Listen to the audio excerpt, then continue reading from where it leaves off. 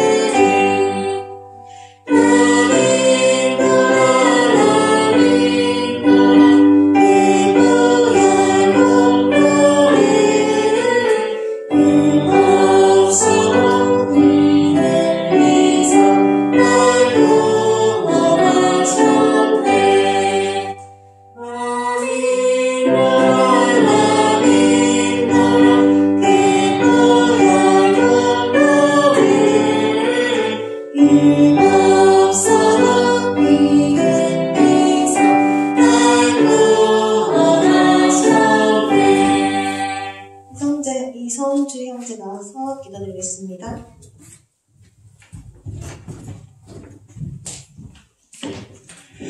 기도드리겠습니다. 하나님 감사합니다. 오늘도 예배 자리에 나오게 해주셔서 찬양하고 말씀 듣고 교제하게 해주심 감사합니다. 교회에 나오는 것이 진정한 행복의 삶임을 기억하고 늘 하나님께 가까이 하는 삶이 될 수 있도록 도와주세요. 말씀 전하시는 목사님에게 더욱 큰 은혜 내려주셔서 말씀 듣는 자, 선포하는 자 모두 큰 은혜 받는 시간 되게 해주세요. 감사합니다. 예수님 이름으로 기도드렸습니다. 네. 오늘의 말씀은 히브리서 10장 32절에서 35절 말씀입니다. 히브리서 10장 32절에서 35절 말씀입니다.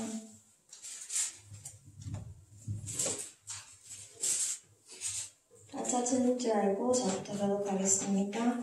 전날에 너희가 빛을 받은 후에 고난의 큰 싸움을 견뎌낸 것을 생각하라.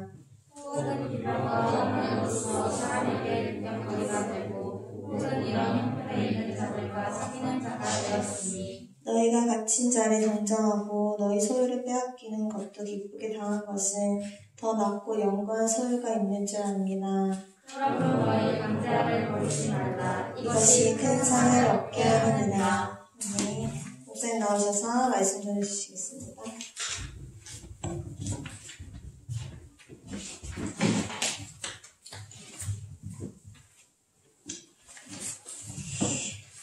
탐욕을 물리치는 전략이라는 제목으로 하나님의 말씀 나누도록 하겠습니다. 자, 오늘은 탐욕에 대해서 한번 말씀을 나누려고 합니다. 탐욕이 뭡니까? 탐욕은 부와 재산을 소유하려는 과도한 욕구입니다. 과도한 욕구. 레베카 드영이라는 분은 탐욕을 이렇게 정의했어요. 돈이나 돈으로 살 수 있는 소유물에 대한 지나친 사랑이라고 이렇게 정의를 했습니다. 성경에서 탐욕은 이제 물건이나 소유물을 간절히 바란다는 뜻의 탐심이라는 용어와 같은 의미로 그렇게 봅니다. 그래서 이 탐욕은 우리가 과도한 욕구다. 그리고 무질서한 사랑이다. 또 마음의 반역이다.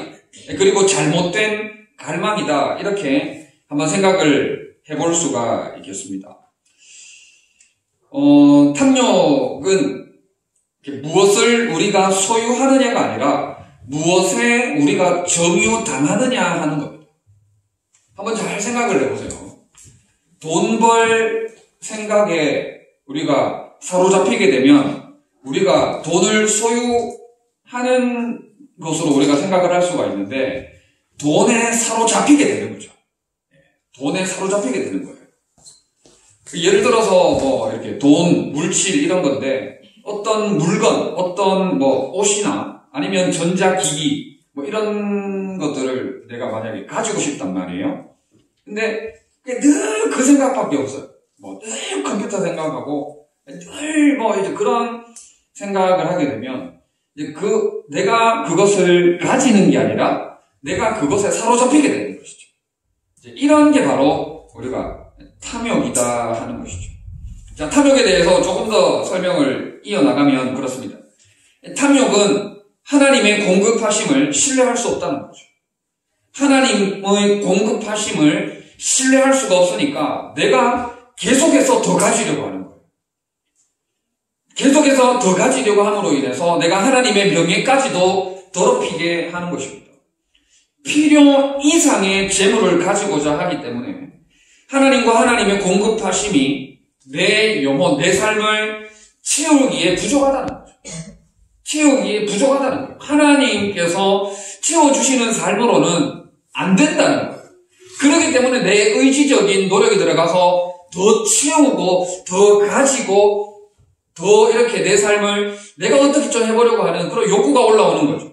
그렇기 때문에 성경 골로새서 3장 5절과 에베소서 5장 5절에서는 탐욕은 뭐라고 합니까? 탐심은 뭐다? 네 글자. 우상숭배.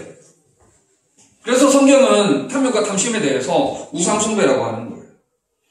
탐욕은 하나님에게서 얻어야 할 만족을 다른 것에서부터 얻는 겁니다. 우리의 만족이 어디에 있습니까? 하나님께 있지 않습니까? 우리의 만족이 어디에 있습니까? 하나님 나라에 있지 않습니까? 그런데 우리는 하나님과 하나님 나라로부터 우리의 만족을 얻으려고 하지 않고 소위 말하는 그냥 물질, 돈, 물건, 명품, 기타 등등 그런 다른 것으로부터 우리의 모든 필요를 채우려고 하는 거예요. 그렇기 때문에 탐욕은 하나님을 향한 공격입니다. 그렇기 때문에 탐욕은 하나님의 명예를 더럽히는 것이고 하나님을 공격하는 것이다 하는 거예요.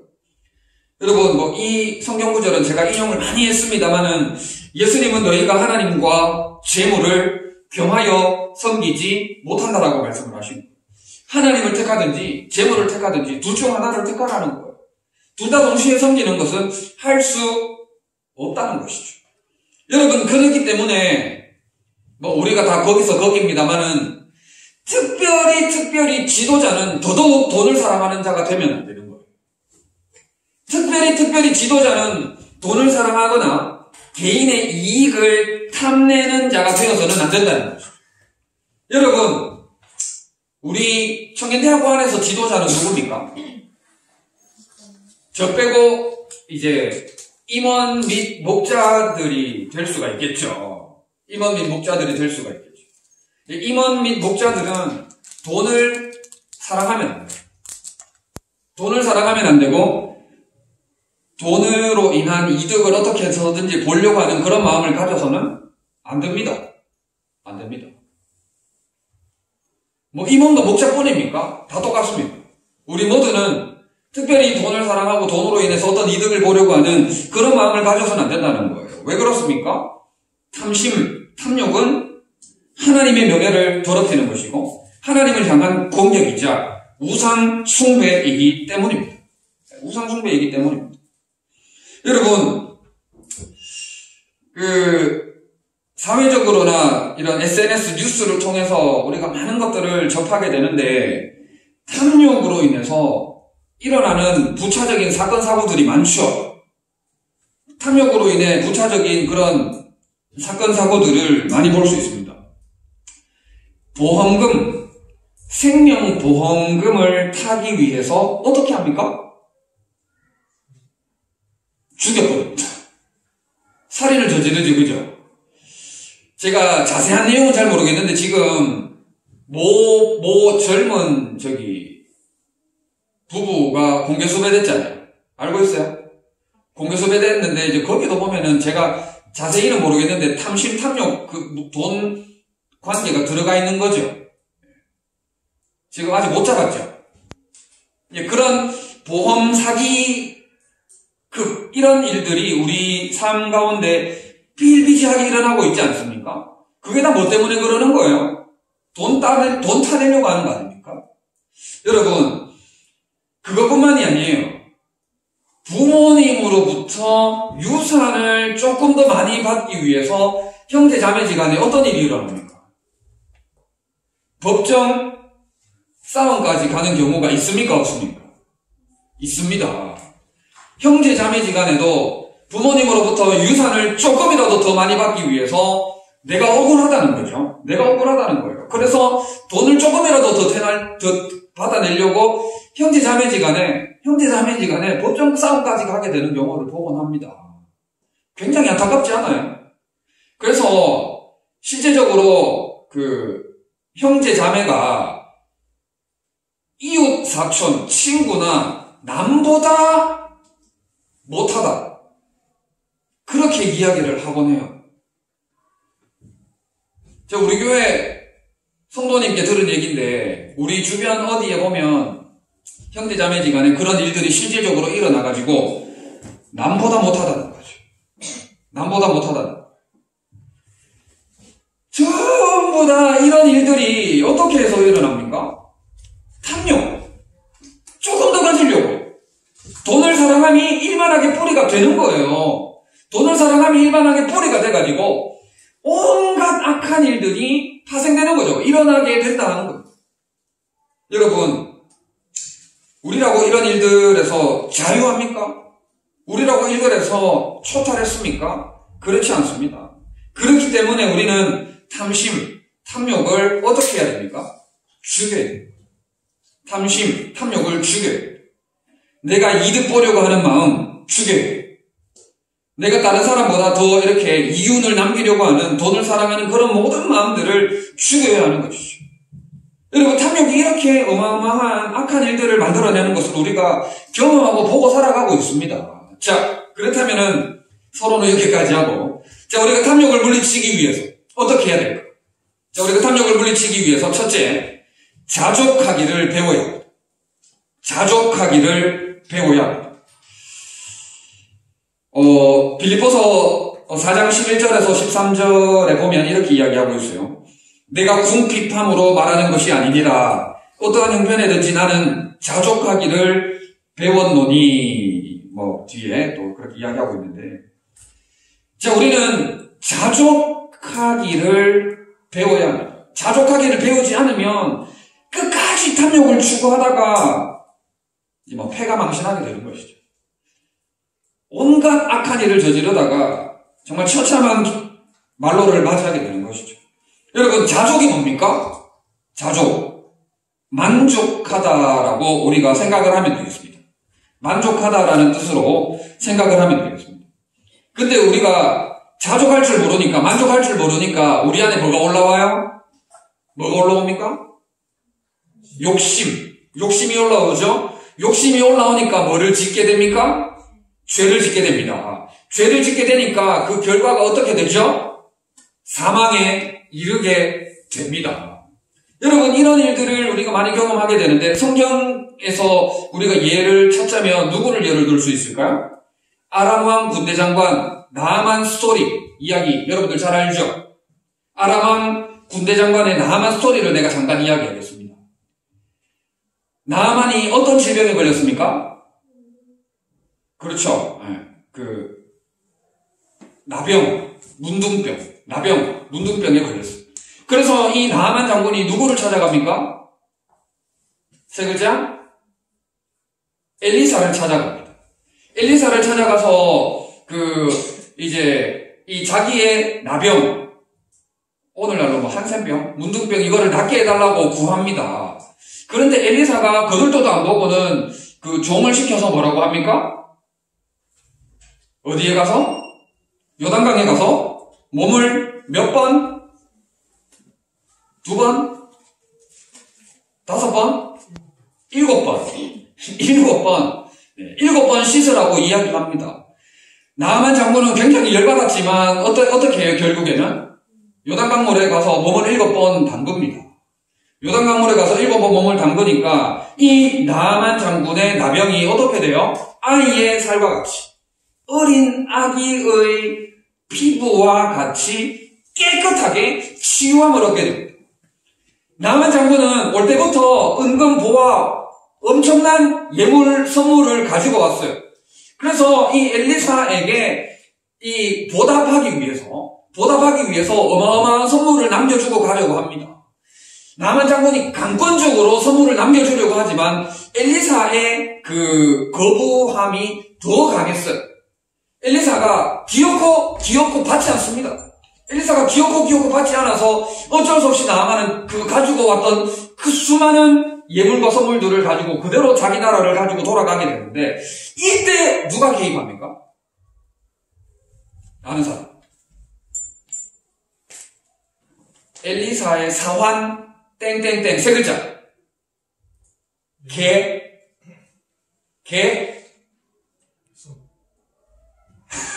게하시. 엘리사의 사환 게하시가 딱 중간에 치고 들어옵니다. 막 쫓아갑니다. 열왕기하 5장 20절에 보면 이렇게 이야기하고 있어요. 게하시가 여호와께서 살아계심을 두고 맹세하노니 내가 그를 쫓아가서 무엇이든지 그에게서 받으리라 라고 이야기를 하면서 서둘러 쫓아가가지고는 나아만 장군 이렇게 불러가지고는 거짓말. 엘리사가 하나도 안 받고 다 가져가라고 그렇게 강력하게 거절했는데 게하시가 쫓아가서는 우리 주인이 좀 더 달라는데 이래가지고는 나아만이 그래? 내 더 주지 그래가지고 달라고 했던 것보다 2배로 더 얹혀줘. 그래가지고는 게하시가 그 가진 것을 가지고 돌아옵니다. 근데 돌아와가지고 어떻게 하는지 아십니까? 엘리사가 야 게하시야 너 어디 갔다 왔어? 라고 물어봅니다. 엘리사가 몰랐을까요? 당연히 알죠. 게하시는 아무데도 안 갔다 왔습니다 라고 거짓말. 나아만 장군에게 가서도 거짓말. 엘리사에게 돌아와서도 거짓말하는 거예요.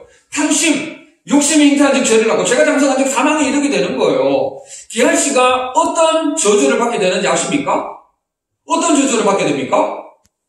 나아만에게 있었던 나병.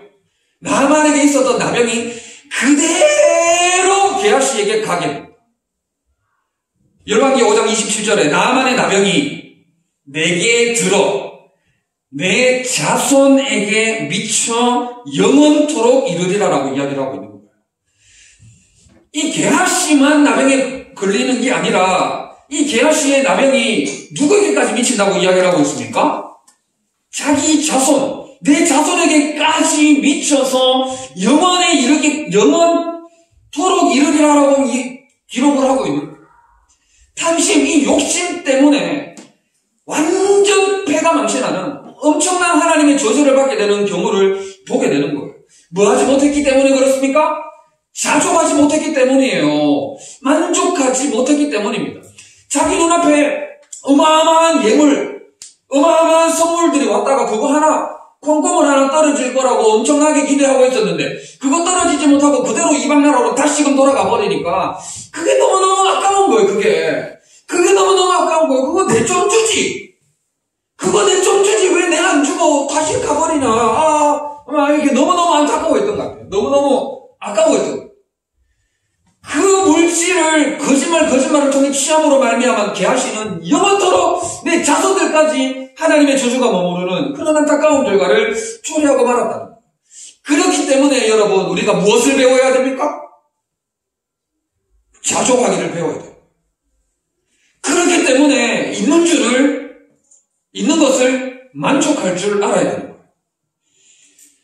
빌립보서 아까 전에 4장 11절을 읽었는데 12절에 보면 나는 비천에 취할 줄도 알고 풍부에 취할 줄도 알아. 모든 이르고 배부름과 배고픔과 풍부와 궁핍에도 취할 줄 아는 일치의 비결을 배웠노라라고 기록을 하고 있습니다. 사도 바울이. 여러분 자족하기를 만족하기를 배워야 되는 거예요. 이런저런 사건들을 보고 깨달아야 되는 거예요. 이런저런 사건들을 보고 나에게 교훈을 삼을 줄 알아야 되는 거예요.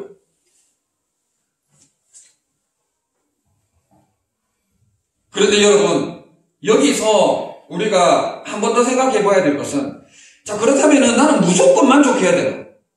나는 무조건 만족하고 뭐 이렇게 더 아무것도 하면 안 되는가? 이런 생각을 한번 해볼 수가 있다는 것이죠.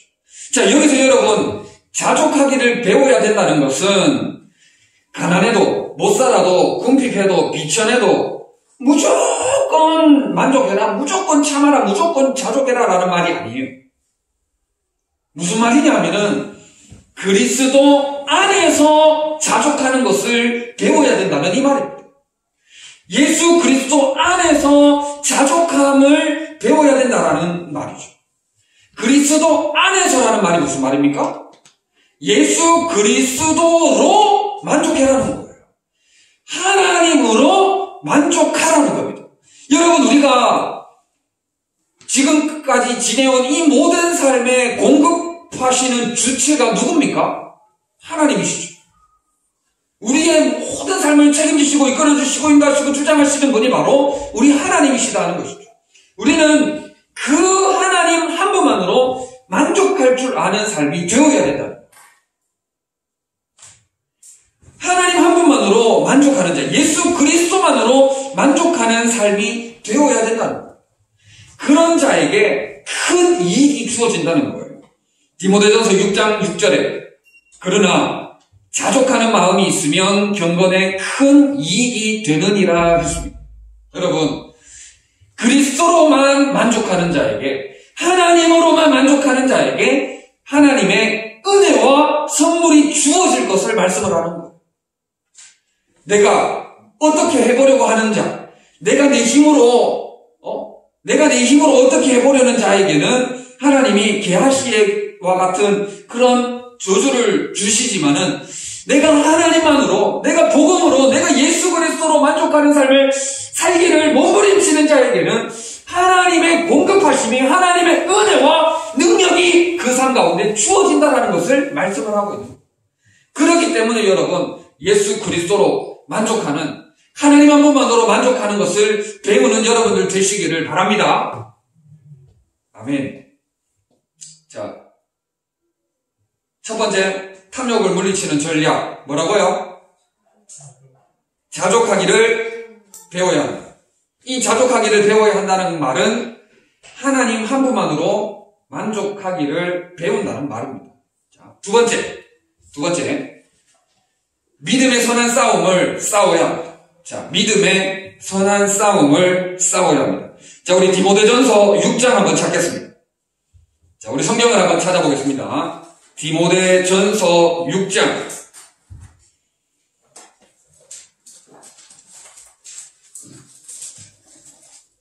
디모데전서 6장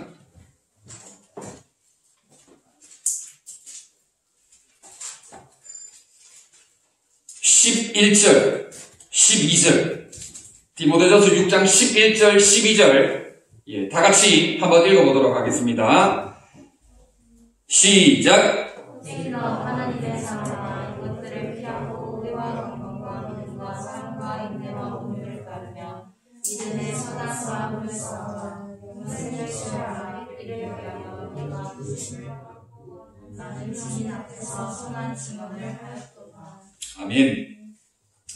자, 이 탐욕을 우리가 물리치기 위해서는 믿음의 선한 싸움을 싸워야 합니다. 지금 방금 읽었던 디모데전서 6장 11절, 12절 말씀대로 우리가 싸워야 되는데, 우리가 지금 탐욕이 거의 그냥 돈이고 물질이지 않습니까? 돈이고 물질이잖아요. 우리가 그런 것을 가지고 싸울 것이 아니라는 거예요. 돈과 물질은 우리가 싸움의 대상이 아니라는 거예요. 우리가 싸워야 될 게 뭐냐? 우리가 싸워야 될 게 뭐냐면은 지금 방금 읽었던 의, 경건, 믿음, 사랑, 인내, 온유, 이러한 신적 성품, 이러한 하나님의 성품을 내 삶에 나에게 내면화하기 위해서 싸워야 된다는 거예요. 내가 진짜 싸워야 될 것은 하나님의 거룩하신 성품을 덧입기 위해서 싸워야 된다는 거예요. 진짜 싸움의 대상을 가지고 싸워야 되지, 싸움의 대상조차도 안 되는 것 가지고 싸워서 시간 낭비, 돈 낭비, 에너지 낭비, 인생 낭비 하지 말라는 것이죠. 여러분, 내가 싸워야 될 게 뭡니까? 의를 위해서 싸워야 된다는 것이죠. 의가 뭡니까? 진리에 부합하는 올바른 삶을 이야기하는 거예요. 경건이 뭡니까? 하나님 경외하는 삶을 살기를 힘쓰라는 것이죠. 믿음이 뭐예요? 하나님을 전적으로 신뢰하는 것이죠. 여러분, 믿음이 굳건하기 위해서, 흔들리지 않는 믿음을 위해서 우리가 싸워야 되는 거 아닙니까? 사랑. 우리가 사랑 속에서 이야기하지 않습니까? 하나님의 사랑으로 사람을 사랑할 수 있도록 우리가 그 사랑을 위해서 싸워야 되는 거죠. 인내. 어떠한 상황과 역경이 고난이 닥친다 할지라도 참아야 되는 것이죠. 참고 또 참고 오래 참아야 되는 것이죠. 온유. 적대감을 가지지 않고 부드럽고 따뜻하게 우리가 대할 수 있는 그런 마음을 위해서 싸워야 되는 것이죠. 썩내지 않도록, 화내지 않도록, 신경질적이지 않도록 온유한 마음으로 대할 수 있도록 계속 내 내면의 갈등과 싸움이 되어져야 된다는 거예요. 뭐 하기 위해서? 그리스도의 성품으로 나를 덧입기 위해서, 하나님의 성품으로 나를 덧입기 위해서 내가 그런 싸움을 지금 싸워야 된다는 거예요. 돈하고 싸울 때가 아니에요, 지금. 물질과 싸울 때가 아니라는 거예요. 하나님의 성품, 신적 성품을 덧입기 위해서 내가 진짜 싸워야 될 것은 바로 그것이다.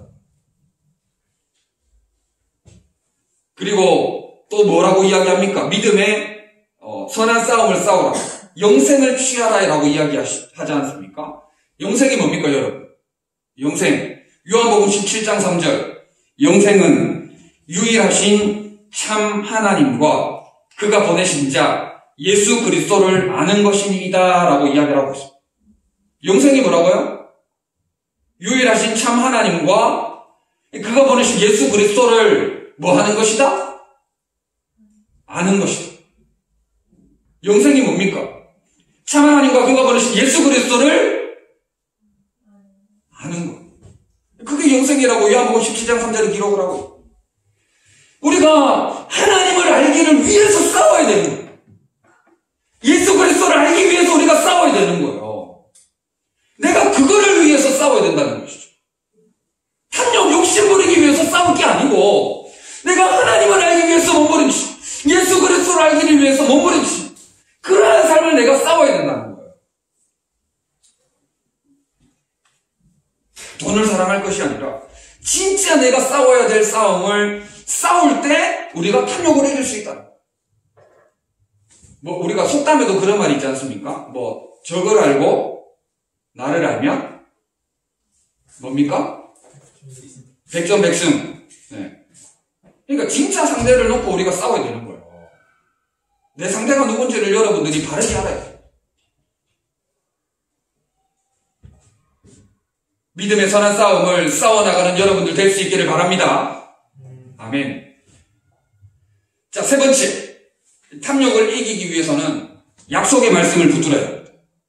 약속의 말씀을 붙들어야 합니다. 말씀 안에 우리 모든 답이 다 들어가 있죠. 말씀 안에 우리 모든 인생에 답이 다 들어가 있습니다. 자, 그런데 우리가 탐욕을 이기기 위해서 어떻게 해야 하냐? 약속의 말씀을 붙들라는 거예요. 하나님께서 주신 이 능력의 말씀, 약속의 말씀을 붙들라는 겁니다. 여러분, 이 말씀이 뭐라고 이야기하고 있느냐? 이사야 40장 8절에 풀은 마르고 꽃은 시드나 우리 하나님의 말씀은 영원히 서리라 했습니다. 풀은 마르고 꽃은 시들지만 벚꽃 눈 깜짝할 사이 없죠 지금. 풀은 마르고 꽃은 시드나 우리 하나님의 말씀은 영원하다는 거예요. 마태복음 28장 20절에 볼지어다 내가 세상 끝날까지 너희와 항상 함께 있으리라 라고 말씀하셨어요. 누가 우리와 항상 함께 하십니까? 주님이 우리와 항상 함께 하시고 주님이 항상 우리와 함께 하시다는 이 약속의 말씀, 은혜의 말씀, 능력의 말씀을 우리가 붙들어야 되는 거예요. 여호수아 1장 5절 내가 모세와 함께 있었던 것 같이 너희와 함께 있을 것임이니라 내가 너를 떠나지 아니하며 버리지 아니하리니 라고 말씀합니다.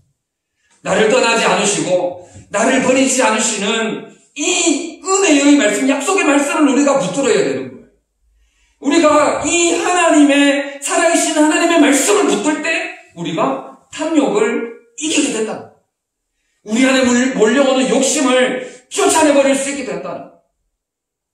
우리가 말씀을 붙들지 않을 때는 욕심과 탐욕에 질 수밖에 없지만 우리가 하나님의 말씀을 붙들 때 탐심, 탐욕, 욕심을 우리가 이기게 된다는 것이죠. 이와 같은 약속의 말씀을 굳게 붙들어야 돼요. 그래서 돈을 소유하는 게 아니라 우리가 누구를 소유해야 됩니까? 하나님을 소유해야 되는 거죠. 우리가 물질을 소유하게 되는 것이 아니라 예수 그리스도, 하나님 예수 그리스도를 소유하는 자가 되어야 되는 거예요. 전에도 한번 말씀드렸던 것 같은데 우리가 이 땅에 유한한 자원을 가지고 이 땅에 유한한 자원을 가지고 딱 그만큼 살아갈래요? 아니면 하나님을 소유한 자가 되어서 하나님의 무한한 은혜와 능력으로 살아가는 사람이 되겠습니다. 비교가 안 되는 거예요. 내 힘으로 살아보고자 하는 자는 딱 자기 힘, 그거밖에 살아갈 수가 없어. 한계가 있는, 넘어설 수 없는 딱 한계가 있는 그 정도밖에는 못 살아가. 그러나 하나님의 손에 붙들린 하나님을 소유한 자, 예수 그리스도로 소유한 자는 하늘의 무한한 자원을 소유한 삶을 살게 된다는 것이죠. 거기에는 한계도 없고 장애물도 없고 온 우주 만물을 창조하신 능력의 하나님이 내 아버지 되신다는 것을 고백하기에 모든 것을 더 넘치도록 공급해 주시는 기적의 연속의 삶을 살아가게 된다는 것이죠. 에베소서 3장 20절에 이렇게 말씀을 하고 있습니다. 우리가 구하거나 생각하는 것보다 더 넘치도록 능히 하실 것이다 라는 것입니다. 하나님을 소유한 자, 예수 그리스도를 소유한 자는, 말씀을 붙드는 자는 주님께서 우리가 생각하는 그 어떤 것보다도 능히 더 하신다라는 그러한 삶을 우리가 살아가게 된다는 거예요. 우리가 지난 수요 기도회 때 한참 동안 찬양했던 찬양이 이거죠. 나의 기도하는 것보다 더욱 응답하실 하나님. 나의 생각하는 것보다 더욱 이루시는 하나님.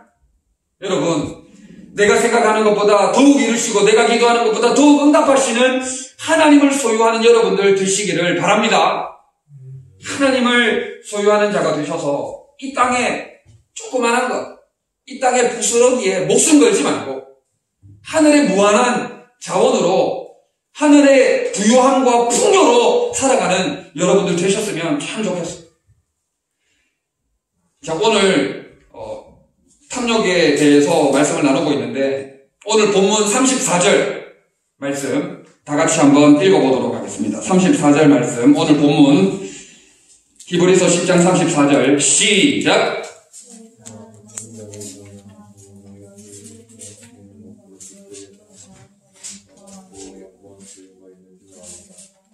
자, 성경 페이지를 넘겼다가 지금 다시 못 찾고 있는 것 같은데 한 번만 더 읽어보겠습니다. 34절 너희가 시작. 너희와 친자를 공경하고 너희 소유를 빼앗기는 것도 기쁘게 당한 것은 하나로 용납과 아멘. 여러분, 우리가 탐욕을 물리치는 비결에 대해서 말씀을 살펴보았습니다. 첫째, 뭐 하기를 배워야 된다고요? 자족하기를 배워야 됩니다. 그리고 두 번째, 뭐 해야 된다고요? 믿음의 선한 싸움을 싸워야 합니다. 자, 그리고 마지막 세 번째로 뭐라고요? 뭐를 붙들어야 된다? 약속의 말씀을 붙드는 자가 되어서 하나님을 소유하는 자가 되어야 된다라고 말씀을 나눴습니다. 자, 우리가 왜 다시 질문을 역으로 하겠습니다. 왜 우리가 자족하기를 배워야 됩니까? 왜 믿음의 선한 싸움을 싸워야 되고 또 왜 약속의 말씀을 붙들어야 되냐 하는 것이죠. 오늘 본문 34절이 이에 대해서 답변을 우리에게 주고 있습니다. 너희가 갇힌 자를 동정하고 너희 소유를 빼앗기는 것도 기쁘게 당한 것은 뭐가 있기 때문에? 더 낫고 영구한 소유가 있기 때문입니다. 우리가 자족하기를 배우고 우리가 믿음의 선한 싸움을 싸우고 약속의 말씀을 붙드는 이유가 뭐냐는 거예요. 우리가 왜 이렇게 해야 됩니까? 더 낫고 영구한 소유가 있는 줄 알기 때문이라는 것이죠. 뭐가 더 좋은 줄 여러분 모릅니까? 알잖아요. 뭐가 더 좋은 줄 모릅니까 여러분? 알지 않습니까? 하나님을 소유해야 되잖아요. 영원한 것을 우리가 바라봐야 되지 않습니까? 이 땅에 유한한 것에 목숨 거는 어리석은 인생이 되면 안 되잖아요. 욕심에 잉태한 죄를 놓고 제가 장사한 그 사망이면 폐가 망신하는 게하시처럼 그렇게 살아서는 안 되잖아요. 가룟 유다처럼 예수님을 은삼십에 팔아버릴 거예요? 은삼십 때문에, 고작 은삼십 때문에 예수님 팔아넘길 거야? 그렇게 살면 안 되잖아. 더 낫고 영구한 소유가 있는 줄 알잖아요, 여러분. 무엇이 더 좋은 것인지, 무엇이 영원한 것인지를 여러분들이 알잖아요. 그렇기 때문에 자족해야 된다는 거예요. 그렇기 때문에 믿음의 선한 싸움을 싸우고, 그렇기 때문에 약속의 말씀을 붙들어야 된다. 더 낫고 영구한 소유가 있는 줄 아는데, 아는 대로 제발 살아가세요. 아는 대로. 모르는 척, 어리석은 척, 엉망진창으로 살아가지 말고. 이어서 35절 뭐라고 이야기합니까? 그러므로 너희 담대함을 버리지 말라. 그러므로 너희 담대함을 버리지 말라. 무슨 말이에요? 그러므로 담대함을 버리지 말라. 더 낫고 영구한 소유가 있으니까 포기하지 말라는 거예요. 더 낫고 영구한 소유가 있으니까 용기를 내라는 거예요. 끝까지 자족하기를 배우기를 힘쓰라는 거예요. 믿음의 선한 싸움 제대로 끝까지 싸우라는 거예요. 약속의 말씀을 끝까지 붙들라는 거예요. 여러분, 제가 계속해서 이야기하지 않습니까? 계속해서 배워야 해요. 평생을 배워야 해요. 자족하기를 평생을 계속해서 배워야 돼요. 하나님만으로 만족하는 방법을 배워야 되는 거예요. 그리고 끝까지 싸워야 돼요. 중도 포기 안 돼요. 중도 포기하면 지는 거예요. 중도 포기하면 지는 거예요. 끝까지 믿음의 선한 싸움을 싸워야 돼요. 그리고 전적으로 절대적으로 붙들어야 돼요. 무엇을? 전적으로 절대적으로 붙들어야 되는 게 뭡니까? 말씀을 붙드는 그런 인생이 돼요. 왜? 그러므로 너희 담대함을 버리지 말라. 이것이 큰 상을 얻게 하느니라. 결국 이렇게 자족하기를 배우고 믿음의 선한 싸움을 싸우고 약속의 말씀을 붙드는 자에게는 하늘의 큰 상급이 주어진다는 것이죠. 하나님이 우리를 그냥 내버려 두지 않는 거예요. 하나님이 우리를 그냥 내버려 두지 않는 거예요. 사랑하는 우리 하나님의 아들, 딸이기 때문에, 사랑하는 하나님의 자녀이기 때문에 우리를 그냥 내버려 두지 않는다는 거예요. 하늘의 큰 상급, 하늘의 무한하신 은혜, 영원토록 공급하는 하늘의 자원을 여러분들이 기대함으로 계속해서 배우고 끝까지 싸우고 전적으로 절대적으로 말씀을 붙드는 그런 신실한 여러분들이 되시기를 바랍니다. 아멘. 그렇게 함으로 탐욕을 이기는, 탐욕을 정복하는 하늘의 큰 상급을 누리는 여러분들 되시기를 진심으로 바랍니다.